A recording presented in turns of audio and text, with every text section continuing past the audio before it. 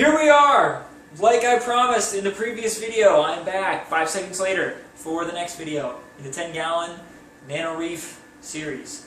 I'm still going to use the It's a Small World theme on the videos, as you've heard, because you've already heard it. I edited it in after I took this and put it on my computer and all that good stuff. Anyway, so in this video today I'm going to talk about laying down the egg crate on the bottom of the tank, cleaning sand and putting sand into the tank, and then adding our rocks back into the tank. So it's just going to be those three things. The video is not going to show me doing those things from start to end. I'm just going to kind of give you an example and then go from there, so the video isn't super long, because everybody likes to watch super long videos on YouTube. False. But I know that I can be wordy anyway, as it is. So let's just get right to it.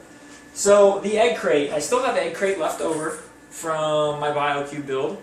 And I'm going to use this egg crate on the bottom of the tank to protect the bottom glass from dropping the rock or moving the rock around, causing a crack.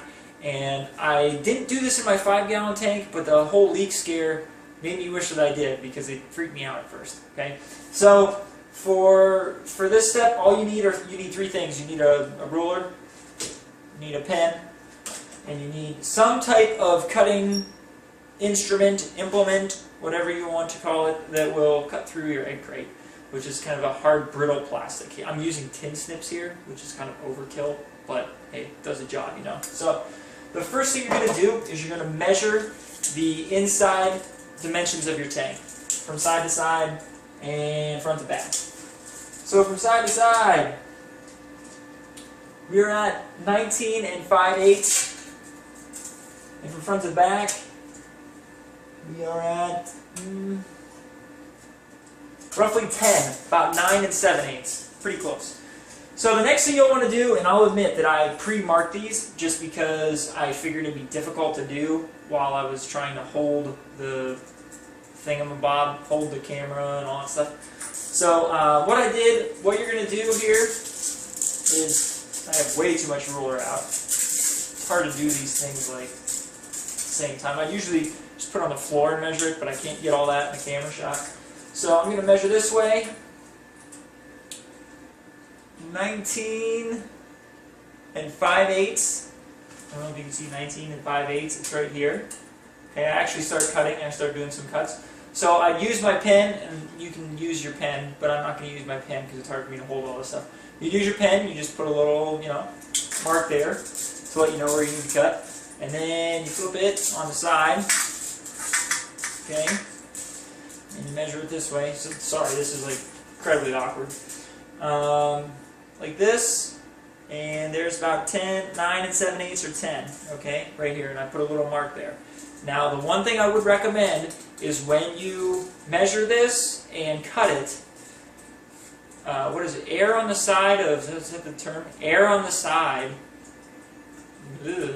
of cutting the piece larger than you need it to. Like, so if one of the cross, I don't know what you call these, if one of the small little separator, divider things here is like kind of right on the edge of your measurement, like 9 7/8, let's see, like, oh, it's like kind of right on it, go past it, make it a little bigger than you need to, because you can always cut it smaller, but you can't cut it bigger if you cut it too small to start. So then all you'll want to do is I'm going to take my tin snips here, because I already started. You take your tin snips and you're going to go right down the line like that. Yep. And that's pretty much it. You're just going to go right down. You're going to get these brittle pieces of plastic everywhere, and you'll go down your one side, and then you'll go down your other side, and then you will have the piece that will fit your tank. And I'll be right back with this piece, because I'm going to fade in and fade out, and it'll all be done, so you don't have to watch me do it, because that's no fun. So alright, be right back.